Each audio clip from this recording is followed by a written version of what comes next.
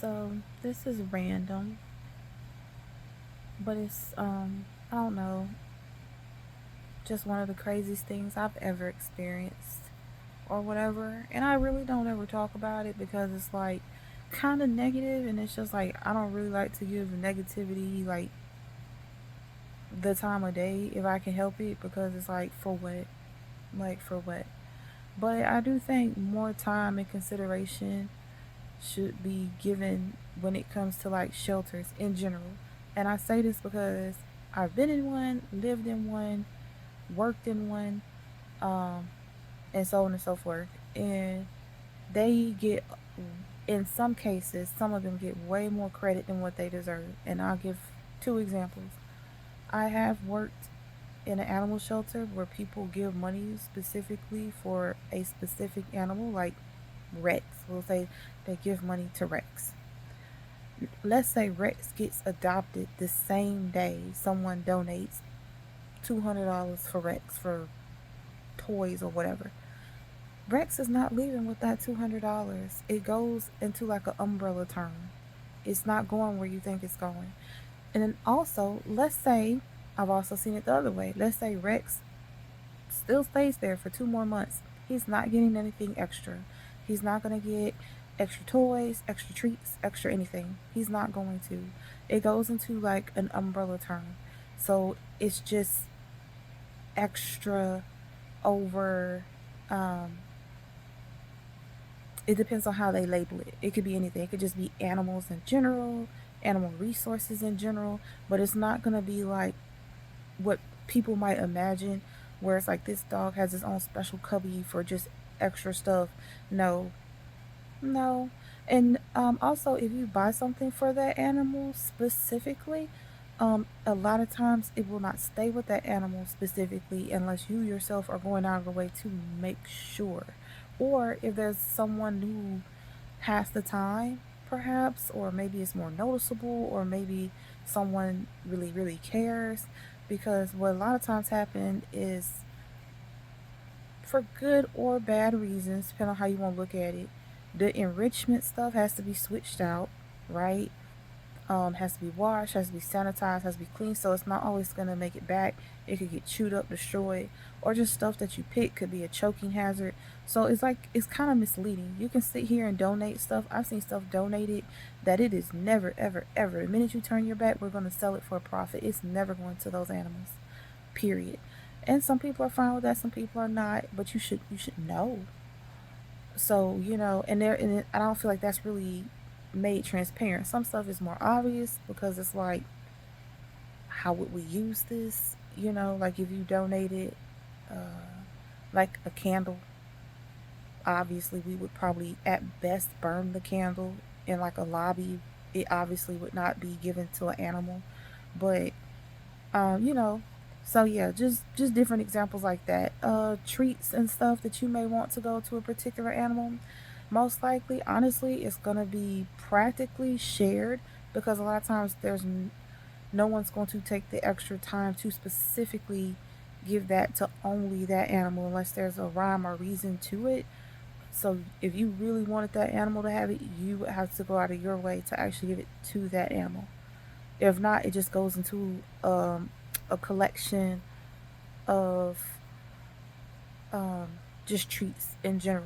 Like, so the extra effort that people are thinking is going to occur is not going to occur in most cases. Not all cases, but in most cases. And that can be good or bad depending on how you're looking at it. But it can really hurt someone or offend someone if you're like specifically like, I want this for this reason, and no one's telling you. It's probably not going to happen that way.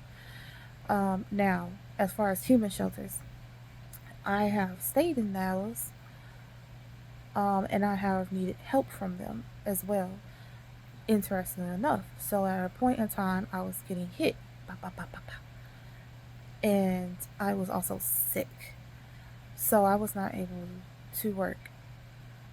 Interestingly enough, at this point in time, the shelter would not let me come because I was not working. Interesting enough, they were like, oh no, because of your illness, you would time out. Now, mind you, this is a domestic violence shelter, and they're just like, no, you can't come. They didn't even want to entertain the idea because of my illness. They were like, since you would need long term or whatever because of your illness, pretty much you're not working. If you're not working, you don't get shelter. At least that's how the shelters are around where I live. If you don't work, you don't get shelter. If you're not going to be employable within the next 30 to 60 days, you don't get shelter. And for most like healthy, normal adults, that's fine. But if you're in the middle of like something crazy going on, like I had some crazy stuff going on. My body was just shutting down, shutting down, shutting down, shutting down. They were like, nope, you're, I'm the best. Literally, the lady was like, well, you can just apply to these other places, but they're going to take a year to get to you. Mind you, I just tell her, I'm getting wop, wop, wop, wop, wop. And she's just like, no, you're going to time out. So they weren't even like, oh, well, you can come stay for this time, but we'll need to, you'll have to sign something saying you acknowledge you have to leave in 30, 60 days. That's not it. They were straight up just like, no, we will not take you. We're not going to entertain the idea of taking you. None of that. So then I called back the next day and I'm like, well, okay, not entertaining the idea of shelter, but do you know of any places that can help in different ways that aren't directly related to shelter, like jobs that might take people with special needs, like someone that would just really help someone in a bad situation, so I can try to keep some finances to try to keep a roof over our head, just or someone that would help with bill assistance, stuff like that, like just other resources other than direct shelter. She's like, no, we can't help you. We already helped you the other day. There's nothing, like, I don't know why you would think there's more that we could tell you than what we already told you yesterday.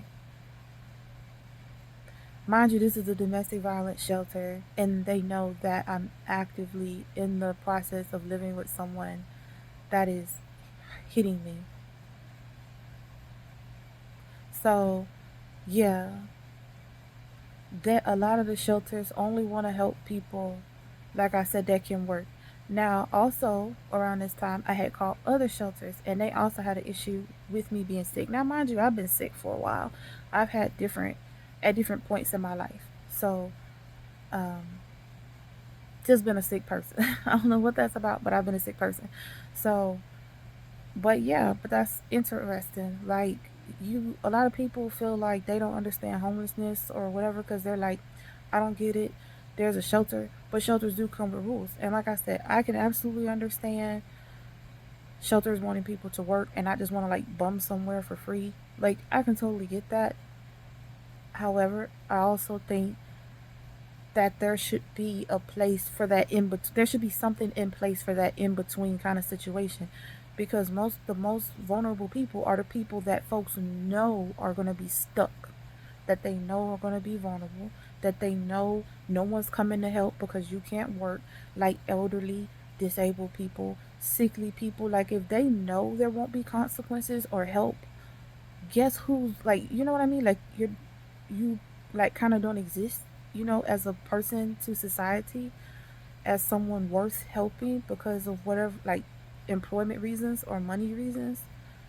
They're gonna treat you like the person abusing you is gonna be that much worse. Like if no one's checking on you, no one can get a hold of you. People have completely dismissed you, like, oh, whatever. Like, uh, ha, you tried to get help and no one came. You tried to get help and people were like, no, no, no, no, no. Like, you're gonna catch it that much worse. Absolutely. And guess where I ended up? In the hospital. Yep. Because a domestic violence shelter would not take me, and other shelters in the nearby area would not take me because they were more concerned with me being employed. Even though I had doctor's notes, there was a paper trail. You could see like I wasn't making up the illness.